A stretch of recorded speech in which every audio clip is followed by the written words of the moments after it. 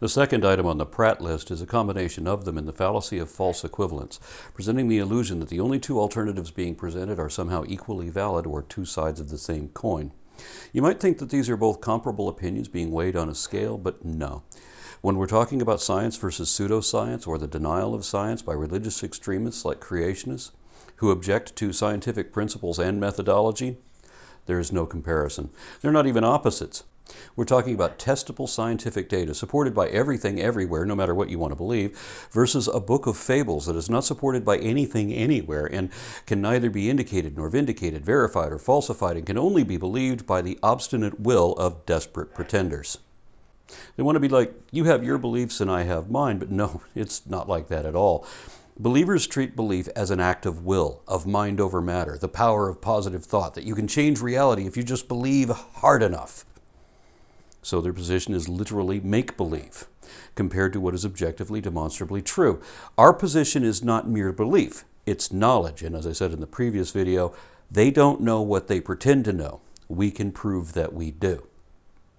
So here's how they construct the illusion of false equivalence.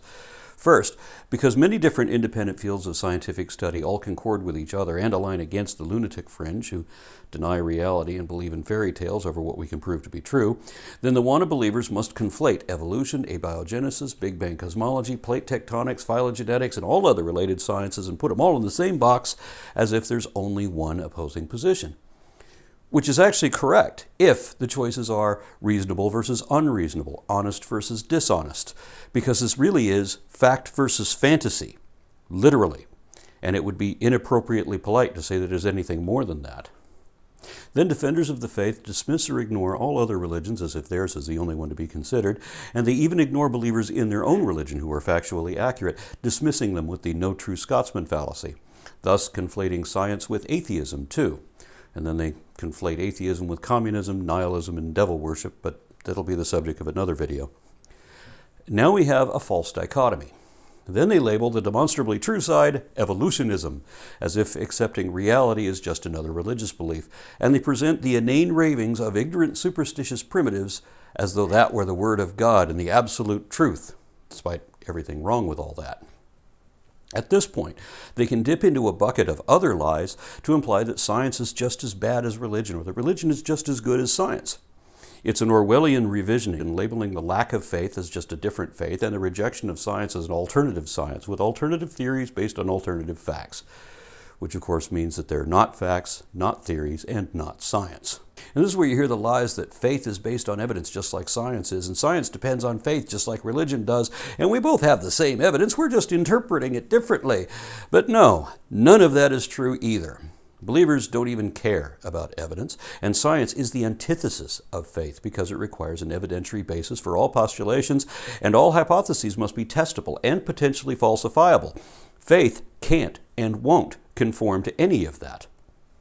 And now comes the equivocation fallacy, where everything is redefined, often into its opposite, or where different contexts are deceptively alternated. For example, religious extremists will say that science relies on faith because faith is no more than trust. But that's false. Faith is more than trust. It's a complete trust that is not based on evidence, meaning there's no reason to believe it, but they believe it anyway. Science has to have a body of facts to back it up. Some believers accept the definition of faith as provided by every definitive or authoritative source and thus admit they believe impossible nonsense for no good reason. And somehow they're okay with that. Others want to reverse the definition of faith, pretending that it is a belief that is based on evidence. However, in each such case, they will either try to say that I don't have evidence and they don't have enough faith to believe as I do without that, which is an admission that I was right, that faith really is a belief that is not based on evidence and they knew that already. Or I'll challenge them to show me what evidence convinced them to believe as they do and what evidence would change their mind. These believers will not honestly answer either question because evaluating evidence was never how they got there in the first place, and they're determined not to be swayed by it either.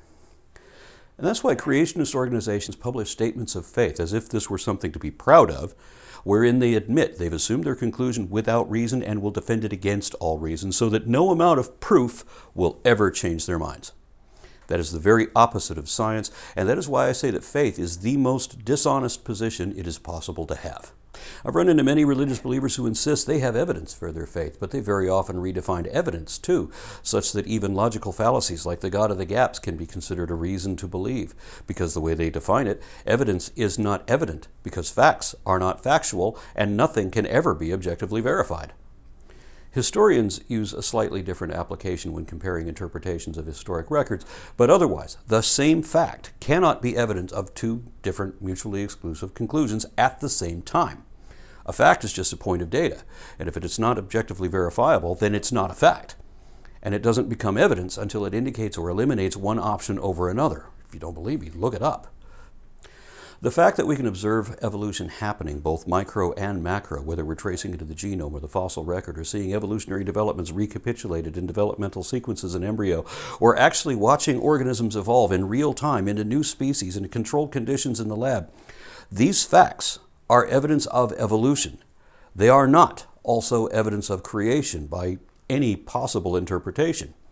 Our growing lists of beneficial mutations and transitional species in our phylogenetic classification among the other apes and many, many other examples of the demonstrable facts of evolution are also evidence of it, because these facts are positively indicative of and exclusively concordant with evolution, while being inconsistent with and contradicting creationism, which has no facts indicating it whatsoever.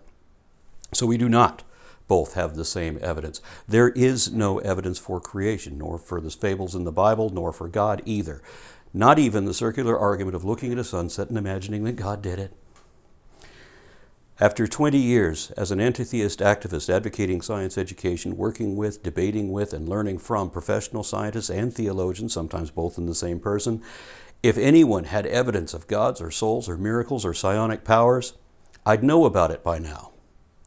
We all would.